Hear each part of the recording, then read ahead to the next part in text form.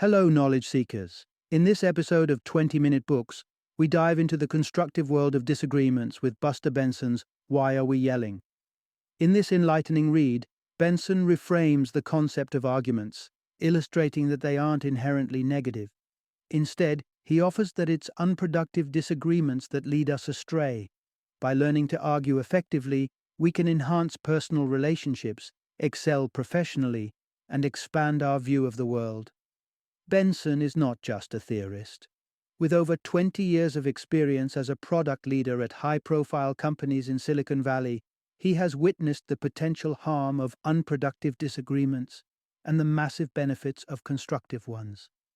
He's taken this insight and expertise, applying it in teaching leading firms to argue constructively, with a list of collaborators including Amazon, Slack, and Twitter. So, who should tune in for this episode? If you find yourself constantly unnerved by the polarized political climate, this book is for you. Perhaps you identify as a conflict phobe, doing everything in your power to avoid an argument, or maybe you're part of a couple stuck in a loop of tired, repetitive fights. Why Are We Yelling? Guides you in transforming these arguments into productive conversations, turning disagreement into a powerful tool for positive change. So, join us on this journey as we explore the art of productive disagreement in Why Are We Yelling?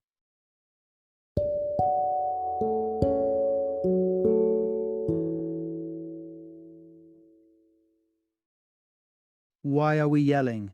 The Art of Productive Disagreement. Introduction. Dive into the art of productive disagreement. From an early stage, we're conditioned to believe that arguments equal conflict and that they're better left untouched. However, not all arguments are sources of unrest. In fact, when handled with tact, they can pave the way to some of the most profound insights. A key lesson here is that arguments can be enriching experiences that throw light on subjects that matter to us. They need to be navigated wisely, not completely avoided. Take it from me. Respectful arguments can form the very bedrock of successful relationships. Mastering the art of productive disagreement can be transformative for your interpersonal relationships. You'll find yourself less disturbed by differences in perspective and encounter them less frequently. Above all, the power of embracing different viewpoints will broaden your understanding of the world, even if you don't always agree with them. In the following narrative, we will reveal why an unassuming image of a bagel stirred a storm on the internet, how to distinguish between the voices in your head that should be heeded and those that should be ignored, and how the classic game of battleship can be a metaphor for your argument tactics.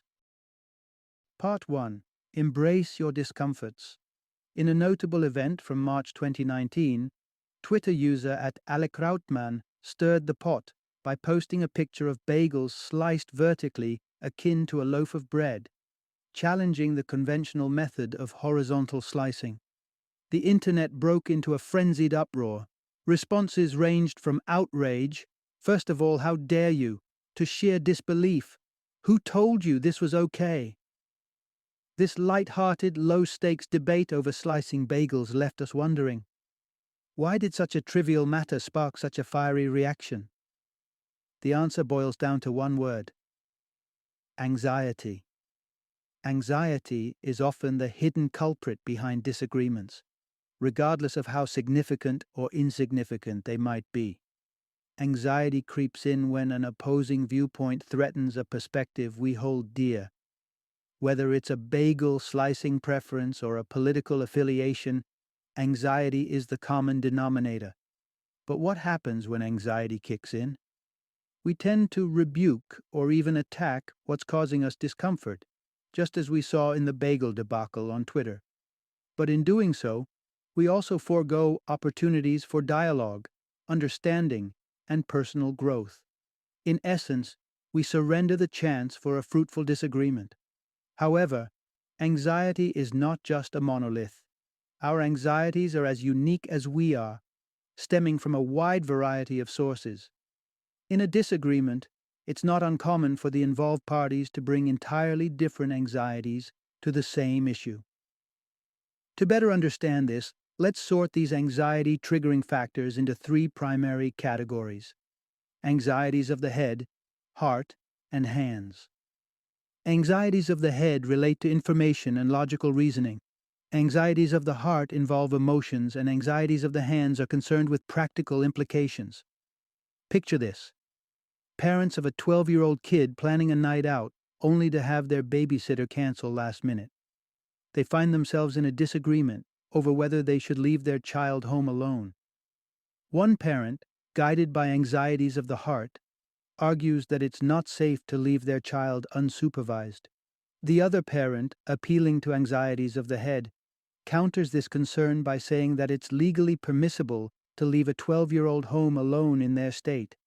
This approach, however, overlooks the emotional anxieties raised by the first parent and fails to effectively resolve the argument. For productive disagreements, it's crucial to recognize our own anxieties and their triggers while empathetically understanding the anxieties of others. Part 2. Listen to the whispers of your mind. In today's world, debates on significant issues such as climate change, vaccinations, or gun control often appear increasingly dichotomous. Public and private discourses alike seem to skirt around the middle ground.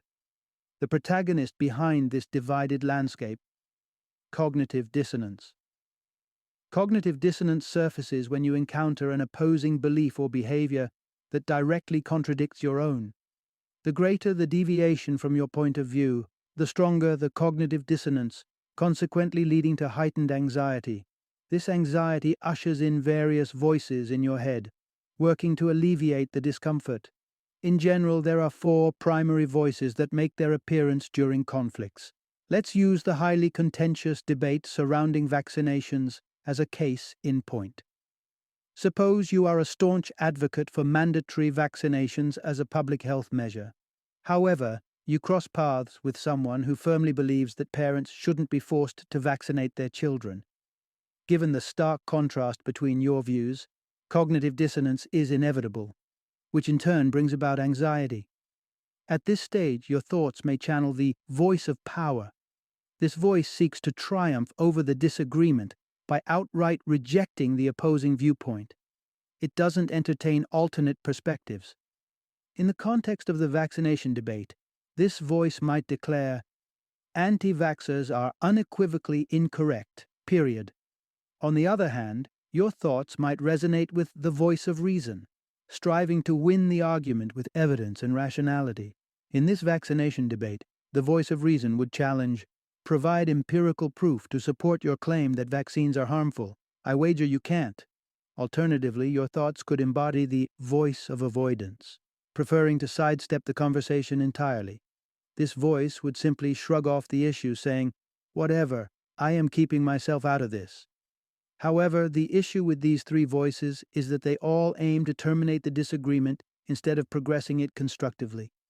Fortunately, there's a fourth voice, known as the voice of possibility. This voice views disagreement as the start of an enriching dialogue. It is open to exploring new facets and perspectives. It might question, "Why do you feel so strongly about this?" Activating the voice of possibility does not require you to endorse your opponent's argument or alter your stance. However, this voice creates room for dialogue and comprehension. So, take a moment to familiarize yourself with the voices whispering in your mind. And when the voice of possibility emerges, lend it your ear. Part 3. Confront your innate biases. Visualize yourself standing at a gelato counter. You pick chocolate over pistachio, and it's absolutely delightful. Great choice. However, you've never been a fan of pistachio gelato. Could this have influenced your decision? Absolutely. This is a bias, but it isn't necessarily negative. Biases can actually assist us, conserving our cognitive energy and helping us navigate through a deluge of information. For instance, instead of being overwhelmed by the choice between pistachio, chocolate, or any other flavors, you end up with a gelato you truly enjoy thanks to your bias. However, biases can also result in undesired consequences. Here are two ways biases can obstruct productive disagreements. One manifestation of bias is a cognitive shortcut termed the availability heuristic by psychologist Daniel Kahneman. Essentially, when faced with a decision, we only consider the options we can readily recall. The dilemma lies in the fact that everyone has distinct availability heuristics. What seems like an easy solution or strategy to you might appear challenging, disadvantageous, or even treacherous to another person, and vice versa. When multiple availability heuristics clash, disagreements are bound to ensue. Another example of bias is in-group favoritism. We are predisposed to give more credit to individuals we perceive as part of our tribe, be it someone who graduated from the same university or someone who shares our political beliefs. This bias can wreak havoc during disagreements. While we may entertain the arguments put forward by members of our group, we are prone to disregarding the opinions of those outside our group. This not only results in unproductive disagreements, but also significantly narrows our worldview. Both these cognitive shortcuts have developed to save us time and mental effort, and they indeed could in the right context. However, they sometimes fill our mental gaps in hasty, poorly considered ways, bypassing the opportunity to consider alternate perspectives in arguments. Being entrenched in a single perspective hampers open-minded and productive disagreements. Cognitive bias isn't a switch you can turn on and off as per your convenience. To engage in constructive disagreements, it's essential to candidly acknowledge your personal biases. Furthermore, it's crucial to recognize that, if left unchecked, your biases can preclude you from effectively interacting with other viewpoints. Ensure that your biases aren't commandeering your judgment. Strive to comprehend the reasoning that leads others to their arguments, and keep a check on yourself when you instinctively disregard opinions coming from an unfamiliar group. Part 4. Embrace your viewpoint, but refrain from guessing others. We've often heard the advice, play to your strengths, in the context of our professional lives. The same wisdom applies to how we tackle disagreements. One of our strengths during a disagreement is our ability to inhabit and comprehend our personal viewpoint. Conversely, making assumptions about our opponent's perspective is a pitfall. When striving to grasp our opponent's arguments, we unfortunately tend to either oversimplify or vilify their standpoint. Let's illustrate this with a hypothetical scenario involving two friends, Bob and Sophia, who found themselves in a disagreement over the 2016 U.S. election. The election was one of the most fiercely contested and narrowly clinched in the history of the United States, yet numerous eligible voters chose to abstain. Upon learning that Bob was one of these non-voters, Sophia was livid. She had a firm grasp of the reasons for her vote, passionate support for one candidate and strong opposition to the others. She believed she understood Bob's choice not to vote just as clearly.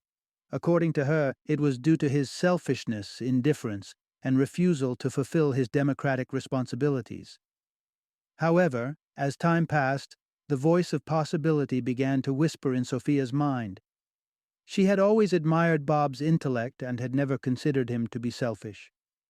Could there be a reason behind his decision that she had overlooked? She initiated a conversation with Bob, who then explained his perspective. Unlike Sophia, Bob didn't feel any of the candidates were worthy of the office. Voting for someone he sincerely didn't trust to perform well was against his principles. Hence, he chose to exercise his right not to vote, viewing his non-participation as a form of protest. Sophia may not concur with Bob's decision, but by listening to the voice of possibility and extending the conversation, she now understands his rationale was far more nuanced than she initially acknowledged. Most importantly, their friendship remains unscathed. The takeaway here? Express your own views, but invite others to do the same. You don't have to agree with them, but it will help you comprehend their stance better. Part 5. Questions are the keys to unlocking productive disagreements. Do you remember the game Battleship? In this board game, you and your opponent place toy battleships on a grid, hidden from the other player. The objective is to guess your opponent's battleship's locations by asking pointed questions. What do you do when you locate their ships? You torpedo them, of course. Questions are critical tools in navigating fruitful disagreements. They act as gateways through the maze of disputes. They can open up new perspectives, unravel concerns, broaden understanding, foster empathy, and occasionally lead to acceptable resolutions.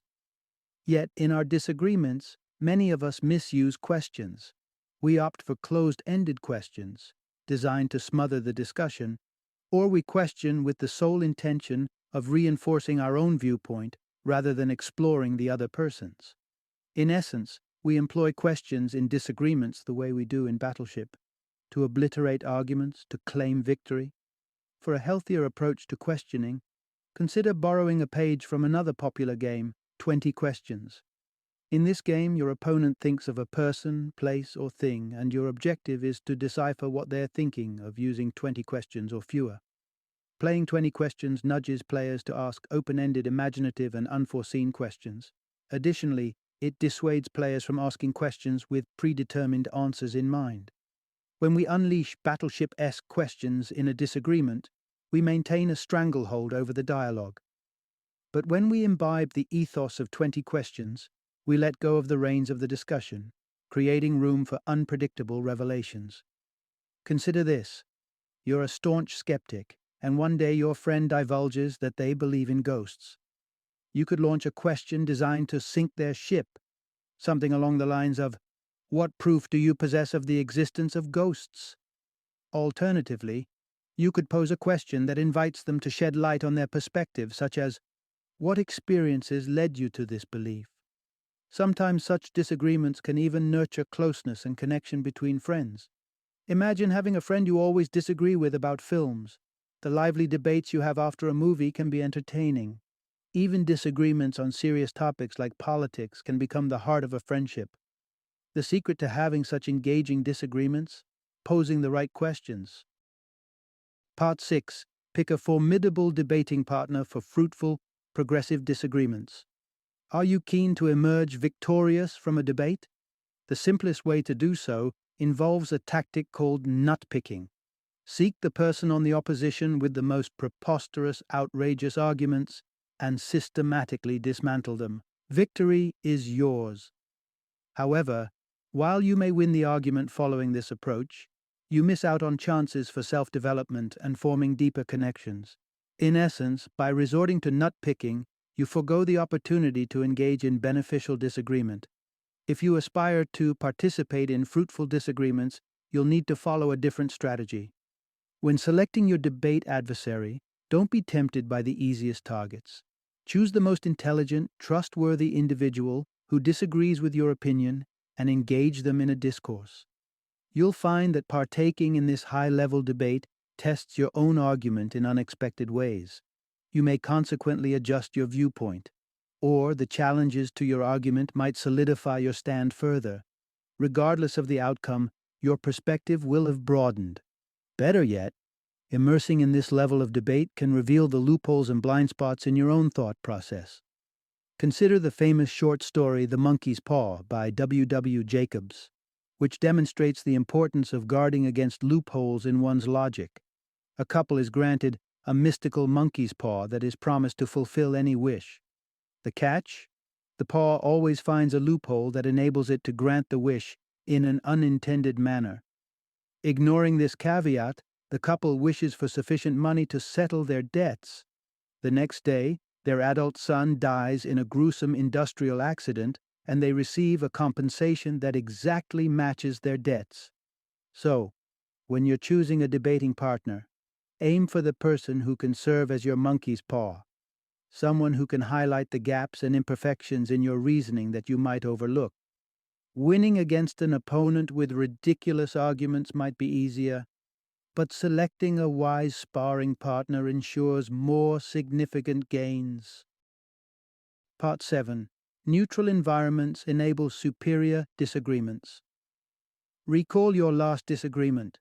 Now, rather than focusing on the argument's substance, concentrate on the place where it unfolded.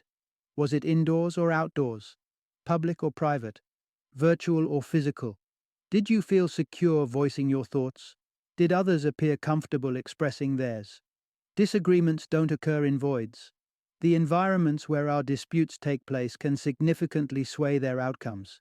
For instance, consider a dialogue in a classroom. It's an in-person interaction, governed by established classroom rules that all participants respect, with a teacher present to mediate and moderate the debate. Now envision that same conversation playing out on social media. It's more democratic, no individual holds more power than others. Simultaneously, it's more chaotic. No established rules dictate conduct. The context, therefore, profoundly shapes our disagreements. Suppose you were tasked with designing an optimal space for constructive discussion. What characteristics would define this space? Regardless of whether it's a classroom, online platform, or elsewhere, the ideal environment for an argument is a neutral territory. This could be a physical locale or a mental state. Diverse ideas and perspectives should be embraced. Everyone should feel at ease articulating their viewpoints and critiquing others in a neutral discussion space. Furthermore, an open dialogue culture should prevail, enabling participants to recognize and accept the fears and biases underlying their stances. Importantly, no one should be excluded from the group, even if their opinions are controversial. Censorship is a temporary and ultimately ineffective solution to radical disagreement. Similarly, no one should be compelled to vacate the space, though participants should have the liberty to join and depart from the discussion as they wish, without needing to justify their decisions. Finally, the space should be adaptable, capable of evolving in tandem with its users. In a physical setting, this might involve arranging the furniture in a discussion-inviting manner.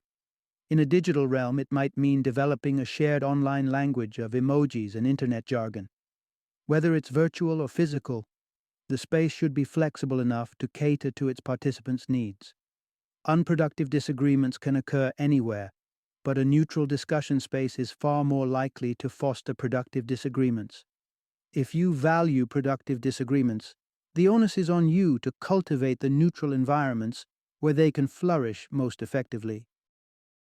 Part 8. Ideas we dislike won't just disappear if we ignore them. Achieving productive disagreement on trivial matters such as deciding on a restaurant for dinner can be effortless. Tackling more complex topics like politics can be challenging but ultimately gratifying. However, when it comes to divisive issues like euthanasia and gun control, productive disagreement implies engaging with notions we may find extremely disagreeable or threatening. So how can we effectively interact with ideas that we find repellent or perilous? Often, our initial reaction to a distasteful idea is to block the conversation, a reaction led by the voice of avoidance. We shun from engaging in debate, believing it's wrong to give such ideas a platform, and we would rather deny the existence of those who harbor such viewpoints. Regrettably, overlooking these ideas won't make them vanish. Suppressing dialogue on sensitive matters often fuels the radicalization of extremists. So what's the appropriate strategy? We should aim to incorporate these risky ideas into the conversation without condoning them. To achieve this, engage with the unsettling idea using your intellect, your emotions, and your utility, represented metaphorically by your head, your heart, and your hands. When you ponder over an offensive idea with your head or your rational mind, strive to grasp the logic that supports it, even if you reject that logic. The goal is to fully understand your opponent's rationale. Aim to empathize with their viewpoint instead of conjecturing about it. When you contemplate an offensive idea with your heart or your emotions, you're attempting to pinpoint the root anxiety driving the concept. Questioning is your most potent weapon here. By posing sincere, open-ended questions, you might just uncover the emotional heart of the argument. Lastly, considering an offensive idea with your hands or your sense of utility prompts you to reflect on how this idea might serve you. Perhaps it can reinforce your counter-arguments. Or maybe understanding its influence on its proponents allows you to debunk its allure. When you reflect on it, unproductive disagreement poses a grave threat to our society. If we cannot find ways to progress on matters like gun control or climate change, The consequences of our stalemate could be disastrous. The world needs individuals capable of debating effectively, so get ready to plunge into it. Final summary. The principal takeaway from this discussion. Our ingrained belief systems often portray disagreements as negative encounters best dodged. But in reality, fruitful disagreements are integral to robust communication. We need to revamp our approach to disagreements, prioritizing connection, evolution, and comprehension as our primary argument outcomes. By disagreeing productively, we can all emerge victorious.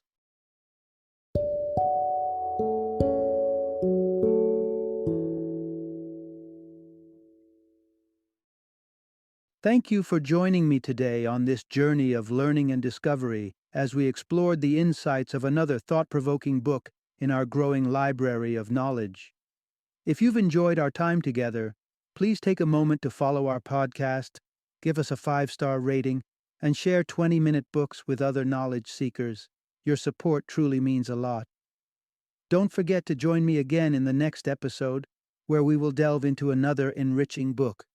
Until then, happy reading and happy listening.